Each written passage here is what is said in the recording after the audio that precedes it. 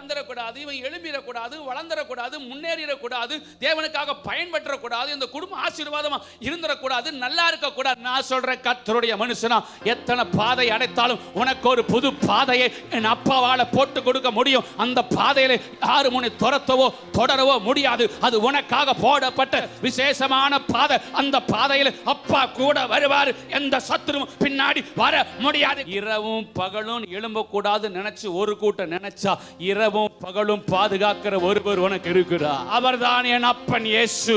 ஹல்லேலூயா. உனக்காக சபதம் பண்ணிக்கொண்டு உன்னை முடிச்சே தீருவேன்னு சொல்லி ஒரு கூட்டம் எழும்புனா அதே தேவனாகிய கர்த்தர் அவர்களுக்கு முன்னாடி சொல்லுகிறார், உன்னை வாழ வச்சே தீருவேன், உன்னை உயர்த்தியே தீருவேன், உனக்கு ஒரு பாதையை வைத்திருக்கிறேன், அந்த பாதையில நடத்தியே தீருவேன், உனக்கு ஒரு ஆசீர்வாதத்தை வைத்திருக்கிறேன், அதை கொடுத்தே தீருவேன். என் கரத்திலிருந்து ஒருவனும் உன்னை பறித்துக் கொள்ள முடியாது. என் கைகளில் இருக்கிற ஆடுகள் நீங்கள்.